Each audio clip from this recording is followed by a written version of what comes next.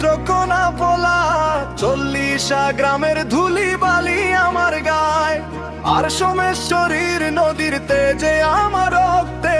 আমার ঠিকানা হইল চন্দ্র প্রতীক্ষিলা, যেখানে হরের বাতাস মানুষের বুকটান কইরা হাতে শিখায়।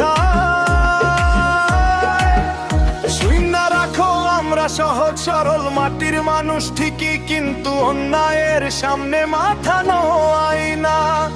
কথা দিচ্ছি মানে কথা রাখুম, আর যদি কেউ তেরামি করতে আসে তবে বুঝাইয়া দিমু নেত্রকোনা পোলার কলিজা কত বড়।